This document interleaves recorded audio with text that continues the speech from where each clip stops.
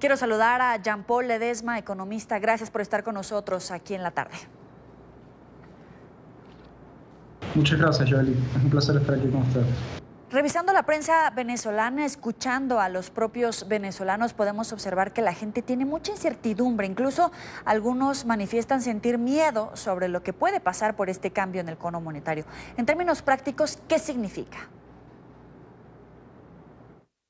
Sí, bueno, la reconversión monetaria que anunció el gobierno el día de ayer es básicamente una medida cosmética, no implica mayores cambios en la política monetaria del gobierno, simplemente es restarle 3 ceros a la moneda.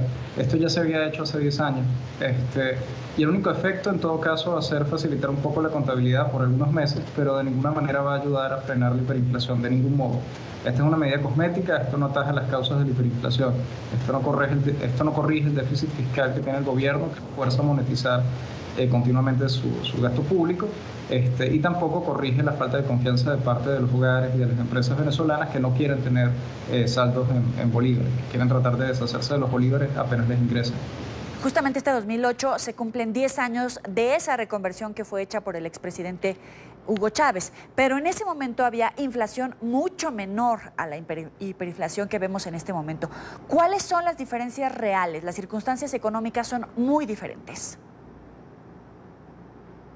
Sí, en efecto. Hoy en día tenemos una inflación mensual en Venezuela. En el mes de enero, por ejemplo, en Ecoanalítica estamos reportando una inflación de 90,6%, nada más en enero.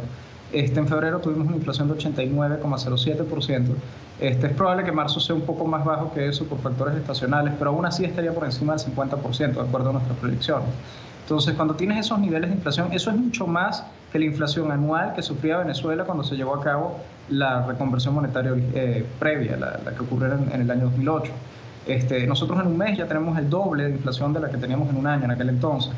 Es una medida cosmética. Lo más probable es que sus efectos, incluso de facilitación de contabilidad, se diluyan en muy poco tiempo. En Ecoanalítica estamos previendo que la hiperinflación va a durar todo este año, básicamente porque el gobierno no tiene medidas de ajuste estructural en planes. No hay un plan de reforma económica fundamental. Pero esta medida dices que es una medida cosmética, pero en todo caso, a largo plazo, en términos económicos de macroeconomía, ¿se reduce la inflación? ¿Se arregla la economía? No, para nada. El único objeto de una reconversión monetaria es, por un lado, es un efecto puramente cosmético, y por el otro puede facilitar un poco la contabilidad porque le quita ceros y ya los precios de unos bienes por unos ciertos meses van a estar en miles y no en millones, pero más allá de eso no tiene efectos reales, no va a frenar la hiperinflación, no puede frenar la hiperinflación.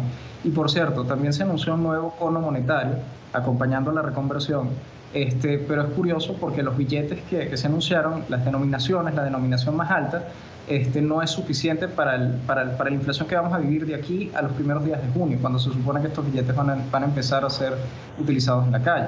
Nosotros estamos previendo en Ecoanalítica una inflación que este mes puede estar cerrando en 53% aproximadamente, el mes que viene puede estar por encima del 70% y el mes de mayo podría estar en torno casi al 95-100% mensual. Con esos niveles de inflación, los billetes que están entrando ahorita van a perder su valor, que van a entrar en junio, van a tener un valor real mucho más bajo del que tienen hoy en día. Entonces, la verdad es que el gobierno en todo caso debió haber colocado denominaciones más altas. Hay una serie de problemas, es muy difícil que el gobierno logre sustituir todo el cono monetario en el corto plazo.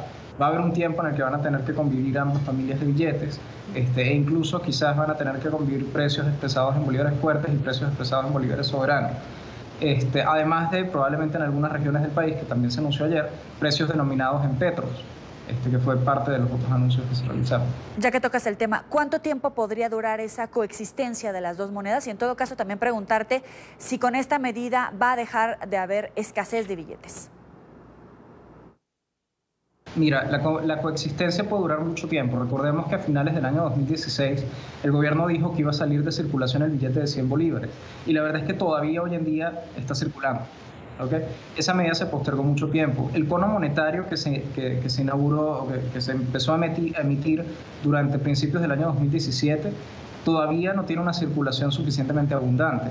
Ha tardado más de un año en ganar popularidad entre los usuarios, en que hayan suficientes billetes para estar en manos de los usuarios. Ese proceso puede tardar mucho tiempo. En la medida en que eso tarde más tiempo y la inflación siga avanzando, el cambio del cono monetario va a tener menores efectos. Es difícil que alivie la escasez de efectivo, porque la verdad es que el gobierno, la mayoría de los billetes en Venezuela se importan. La mayoría de los billetes no se producen en la Casa de la Moneda, sino que son importados de Europa, muchos de ellos, de Alemania incluso. Entonces, traer esos billetes cuesta una buena cantidad de dólares y el gobierno no está precisamente holgado, debido a la caída de la producción petrolera, en las exportaciones petroleras, que es el 96% de todas las divisas que ingresan en Venezuela, y también debido al hecho de que es un país sancionado por Estados Unidos. Entonces, es difícil pensar que el gobierno va a gastar lo suficiente como para importar esos billetes en un volumen suficientemente grande como para solventar la escasez de efectivo. Quiero agradecer a Jean-Paul Ledesma, el economista que nos atiende en estos minutos para la tarde de Entre 24. Un placer.